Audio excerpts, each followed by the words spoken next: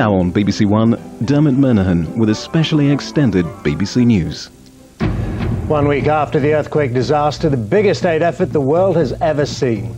5 million are homeless. Many families are at risk from waterborne diseases. In Sri Lanka, supplies begin to get through in spite of heavy flooding. And here, prayers are said across the country as the British death toll rises.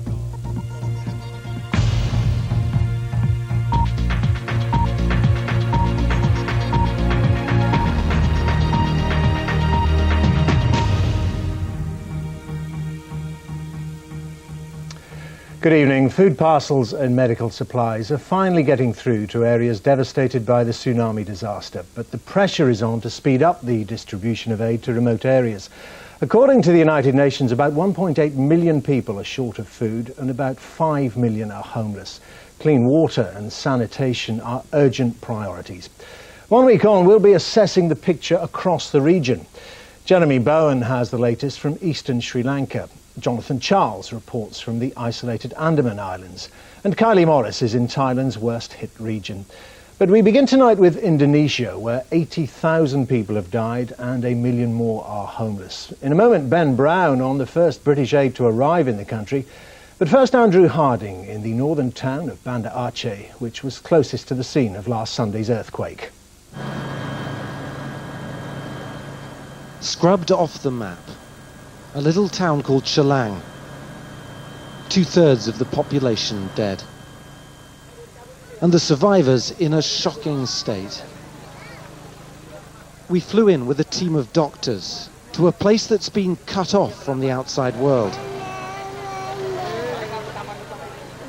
Infections are spreading fast here, and there are week-old wounds to stitch.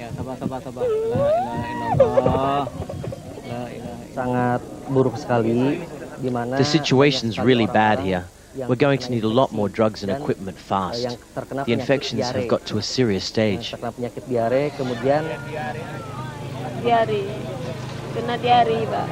Rosmiati's 2-year-old is getting weaker by the day. He got diarrhea. Diarrhea. What do you think will happen here now? What will you do now? Rencana ibu gimana selanjutnya?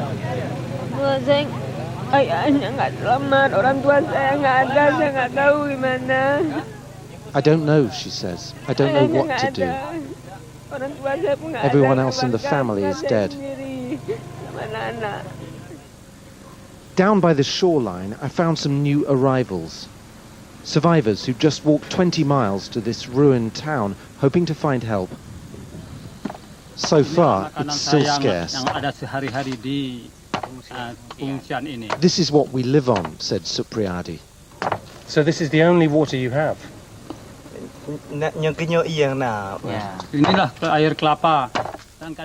Yes, he said, milk from the coconuts, and now some rice to eat. That rice has just started arriving here, brought in by helicopter in fits and starts. It's a lifeline which many thousands of families are now utterly dependent on. So a little aid is finally getting through to towns like Chalang. Here comes another helicopter with more. It's just about enough to keep the survivors alive. But still, you've got to wonder, what on earth is going to happen to places like this in the future? Is anyone really ever going to live here again? Already, the few who can are leaving here fast. This afternoon, 14-year-old Ria was flown away, perhaps for good. The wave broke her arm and wiped out her entire family. One victim rescued, but thousands more left behind. Andrew Harding, BBC News, Chalang, Indonesia. Banda Aceh's little airport has suddenly become the hub for what is the biggest aid operation in history. Even so, it's still not enough and not fast enough. In fact, sometimes box loads of relief supplies sit on the runway for hours at a time, and the pace of this airlift can seem frustratingly slow. The planes that bring aid in take out injured survivors of the disaster and some of those made homeless. These people know that without more aid more quickly, the tsunami could yet claim new victims through the outbreak of diseases like typhoid and cholera. Tonight, the first plane load of British government relief supplies arrived here in Aceh. Some 50 tons of them. The RAF had to use the largest plane it has, a C-17. On board, food, water and heavy lifting gear donated by both the United Kingdom and Scandinavian countries who've lost so many of their people to the tsunami disaster. For the RAF crew, this was one of the most rewarding missions of their lives. We feel very proud of our contribution today. We're certainly, as the Royal Air Force, very keen to get involved in the relief effort. We've brought about 50 tons of aid in today, and we hope to be now starting a continuous programme of aid into the region. Getting aid like this into the airport here is only half the story. Now it has to be distributed to the people who need it, and very fast indeed. But there are plenty of obstacles: long distances, impassable roads, fuel shortages and bureaucratic delays. Ben Brown, BBC News, Banda Aceh Airport. Well, earlier I spoke to Andrew Harding in Aceh and I asked him if the relief effort was beginning to have an impact. It is. It hasn't reached full speed or anywhere like it yet. There are still huge logistical problems of coordinating all these many different countries and agencies that are beginning to get their feet on the ground here. But yes, you look around here, you see an awful lot more aid workers. You hear the helicopters overhead, the cargo planes flying in all the time. So yes, a feeling that after a long week and a lot of impatient people getting tireder and hungrier, things are beginning to change. And Andrew, you've been travelling across the region, meeting people, talking to them. What are their priorities in terms of aid? The first priority is drinking water, pure and simple. It's very hot here. Food also a big problem. A lot of people surviving on packets of dried noodles if they're lucky. Medical aid as well, a big challenge. There are a few drugs and a few doctors going round to these remote communities, but still an awful lot of people not getting attended to.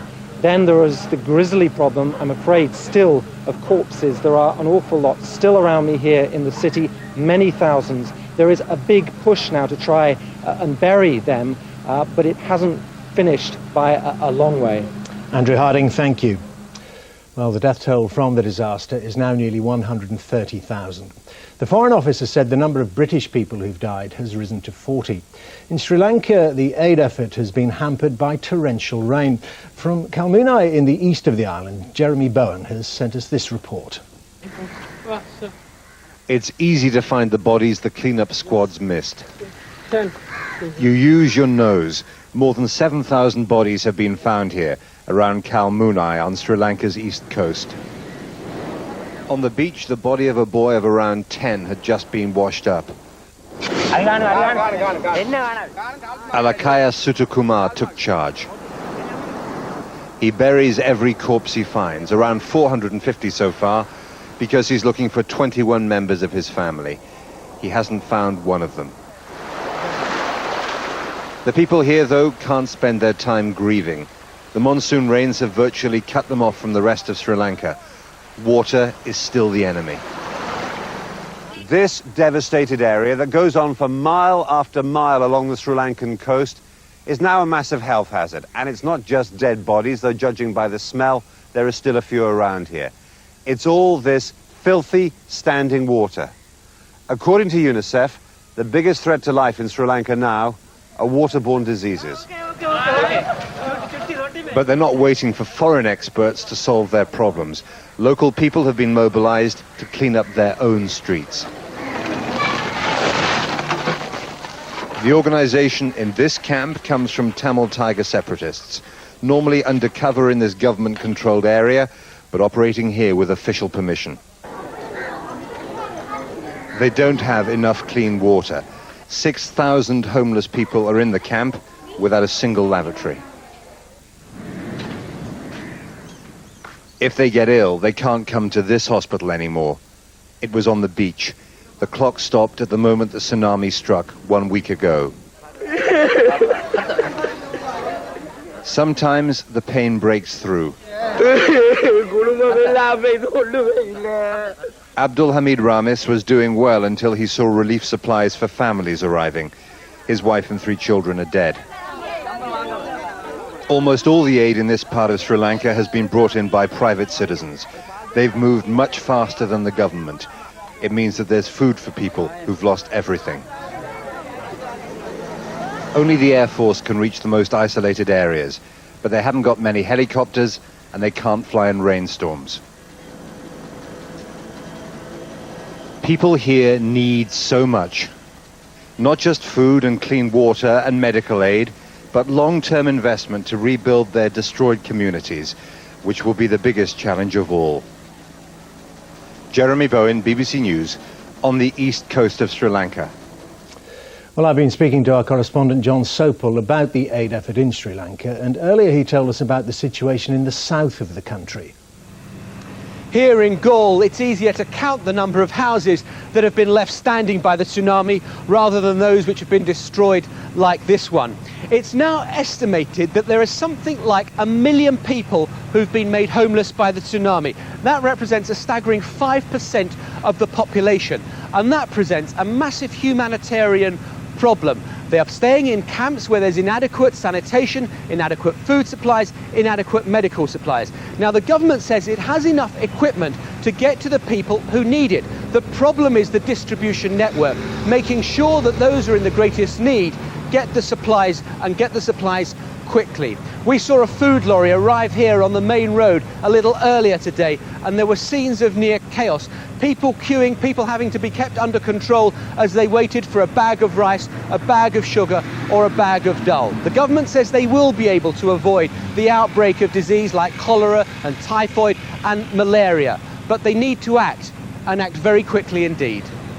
John Sopel speaking earlier. Well, there's been growing concern about the fate of islands far out into the Indian Ocean, which rescuers have been unable to reach until now. On Nicobar alone, close to the epicentre of the earthquake, at least 10,000 people are still unaccounted for. Our correspondent Jonathan Charles is one of the first people to report from Car Nicobar since the earthquake struck. Dead body, dead body. Yet another body is located, yet another name to add to the long list of the dead. Car Nicobar Air Base was once the pride of the Indian military. Now it's nothing but rubble. More than 100 airmen and their families were killed here, as first the earthquake and then the surging sea took their toll. The runway is barely serviceable, but it's been patched up. Now the Indian Air Force is managing to land food and water, desperately needed by the survivors on this island. The Air Force base was washed away. So it was very difficult, and in the present circumstances, what they did, it is commendable. But for Malacca village, it's too late for aid. As the water came through here, it met little resistance. Only a shrine to Mahatma Gandhi is still standing. Villagers from here are amongst the 10,000 islanders thought to be either missing or dead. The highest point on this island is just 12 meters above sea level. When the water came ashore here, there was nowhere to run to. That's why so many people lost their lives. Those who did survive are deeply traumatized. Saira spends all day going from camp to camp, searching for her 3 missing children. She says she's most worried about her 2-year-old son and hopes he's being looked after somewhere. But not even neighbors from her village are optimistic. This island's mental scars match its physical ones. Jonathan Charles, BBC News, Car Nicobar. In Thailand, where thousands of holidaymakers are among the dead and the missing, relatives are still arriving from around the world to search for their loved ones. International forensic teams are also there to help identify the dead. Kylie Morris reports from the beach resort of Khao Lak. The search continues. Families scan the death photos and check the lists for the names of their loved ones. Julian Mackenzie Charrington has arrived from London to look for his brother and take home his sister-in-law who was injured. It became more and more obvious through what I was being told by people out here that the likelihood of finding my brother was going to be remote, and that I shouldn't, in a sense, be concentrating on that too much, and that I should be getting her home as soon as possible. And I really needed to find out what is going on here and how this has happened. He goes to Khao Lak, where Nicholas was last seen among a group of 20, mostly British, tourists. The wave virtually shredded the resort where they'd stayed. Julian tries to piece together what happened that day. Where was your brother and his wife coming from? Well, as I understand it, they were coming along from breakfast. As they approached what I believe to be their chalet there, is when the first panics started to happen. Julian tells me the couple was separated by the force of the water. He admits that seeing the scene firsthand has helped. I was just imagining bamboo huts. I'm not imagining really properly built buildings.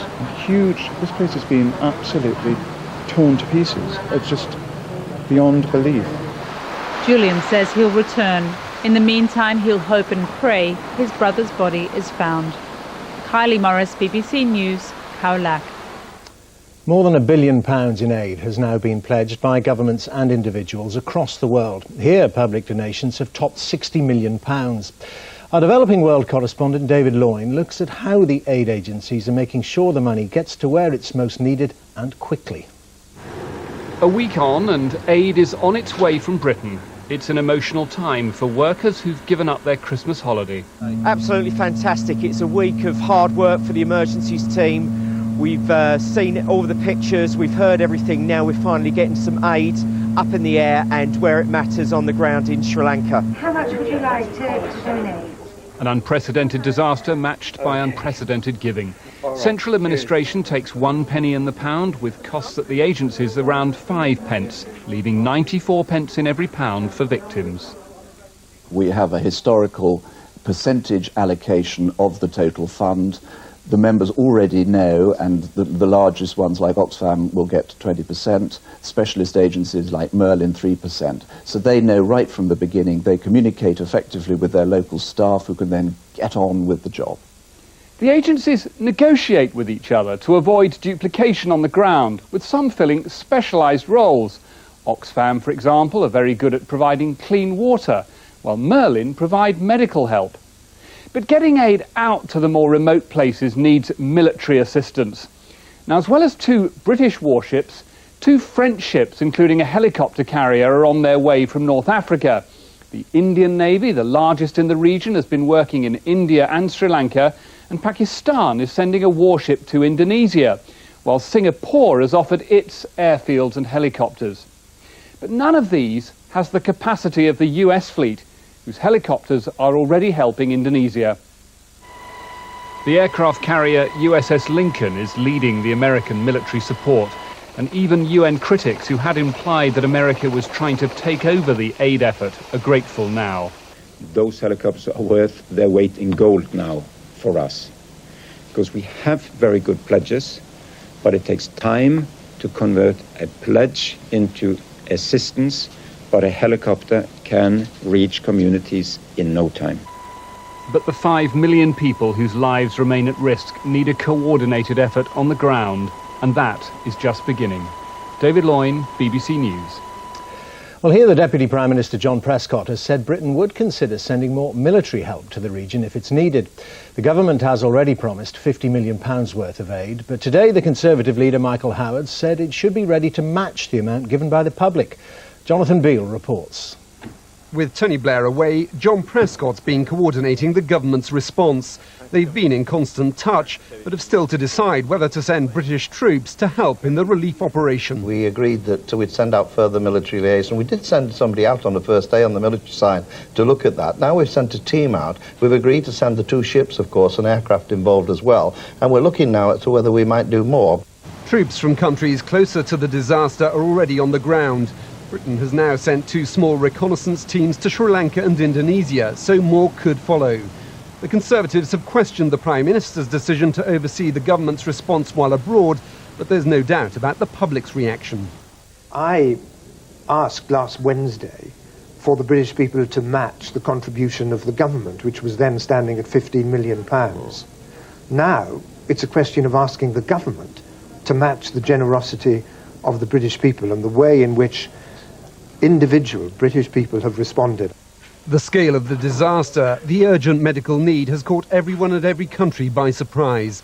The Liberal Democrats believe now is the time for politicians and governments to work together and act swiftly.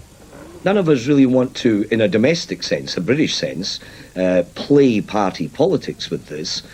All governments internationally, I think, were caught somewhat almost unprepared by the sheer scale of events.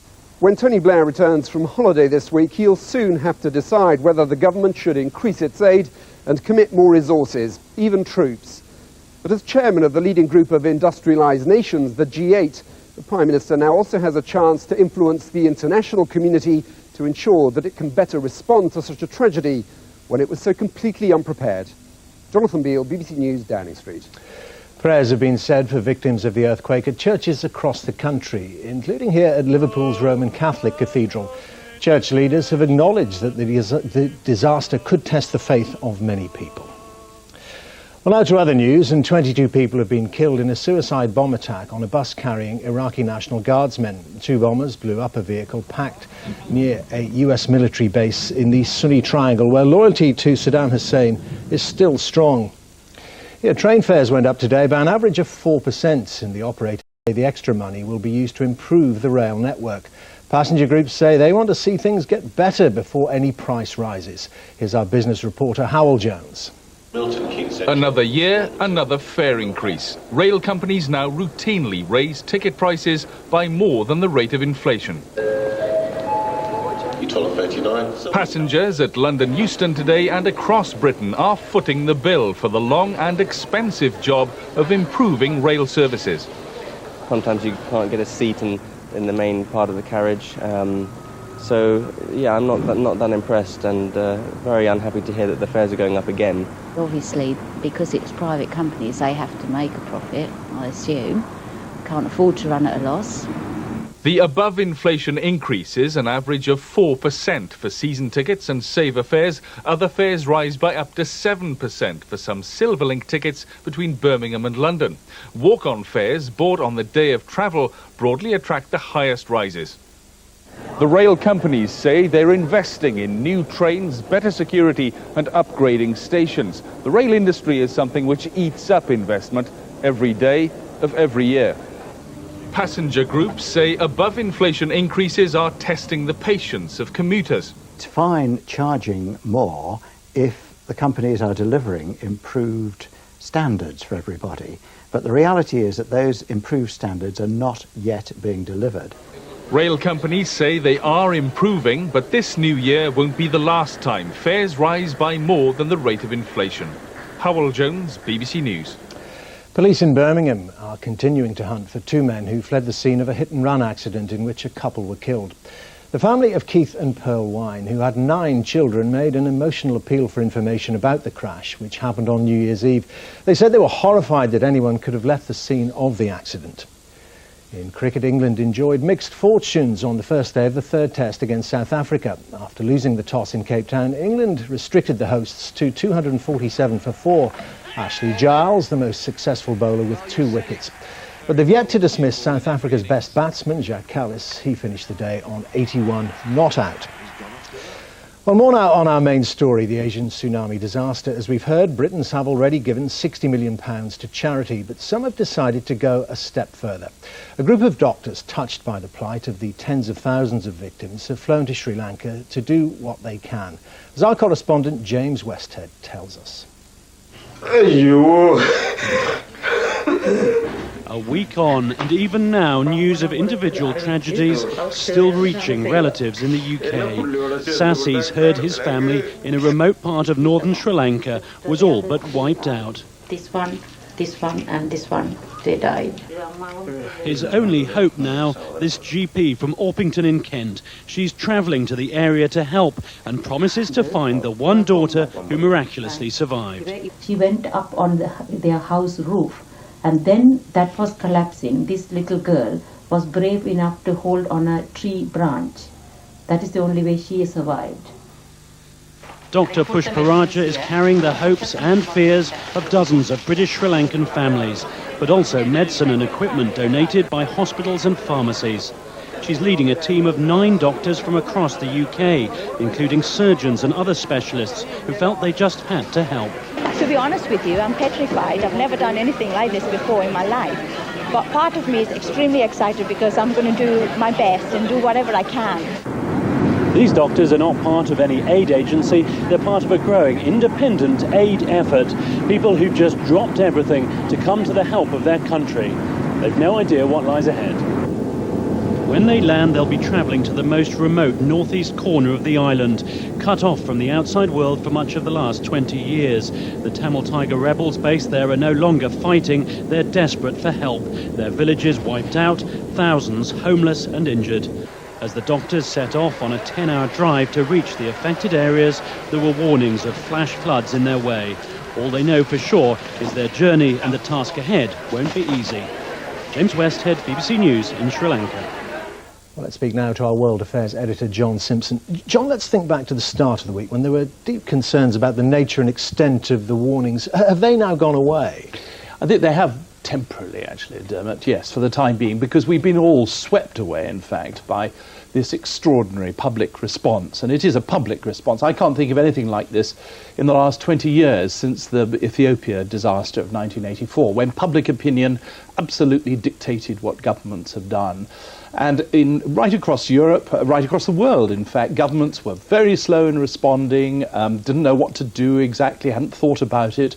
And the public in each country, I mean, Japan, Ireland, Scandinavia, the United States, Britain, and other countries, forced their governments to give more and more. And so they've been leapfrogging each other. I mean, now the stakes are highest in Japan, where they've offered $500 million. And it's the leapfrogging process is obviously a popular one. So what does that mean for the future? Are we seeing something genuinely unprecedented happening here with implications for the world coming together, I suppose?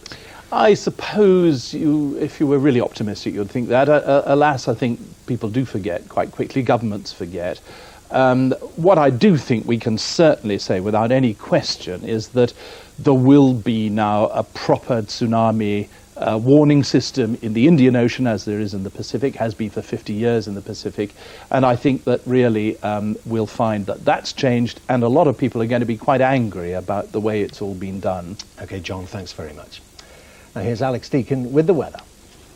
Thank you very much, Dermot. Windy sums up the weather so far this year, but things are going to turn wilder over the next couple of days. Stormy weather heading in across much of the United Kingdom this week. Widespread gales, severe gales likely across northern Britain. The strong winds also bringing in some rain, but it will be a little bit milder. Certainly milder than it was today. It felt cold out there in the wind. Temperatures struggling across northern Britain for just 4 or 5 Celsius. Tomorrow, most of us up to 9 or 10 Celsius. So a milder day on Monday. Because it's mild, we won't have the snow across Scotland, but we will still have rain coming in here through the morning. Some light rain likely for a time across Northern Ireland and across western parts of England and Wales. We're likely to see some showery outbreaks of rain, but I think much of England and Wales actually staying dry, and particularly in the east, some decent and lengthy spells of sunshine. Not too much of that sunshine, though, for Scotland. Staying cloudy here, and particularly in the north and the west, outbreaks of rain likely throughout the day. The wind's picking up through the day as well, another blustery day, but as we saw earlier, it will be a little bit milder. And then the winds really pick up on Monday night. That's when this weather front will bring rain in, but the strength of the winds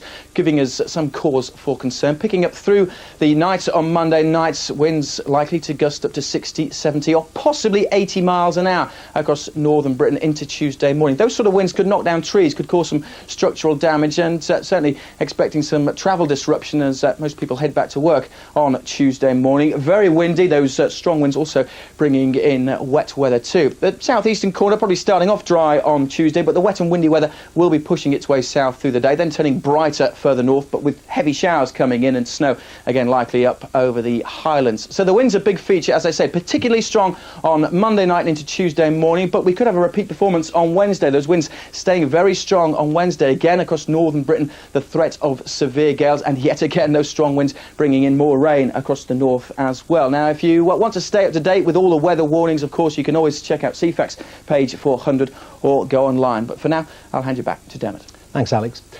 The main news tonight, a week after the Asian tsunami disaster, the world's biggest ever aid effort is underway. And that's the latest. There'll be news throughout the night over on BBC News 24. But from all of us, good night.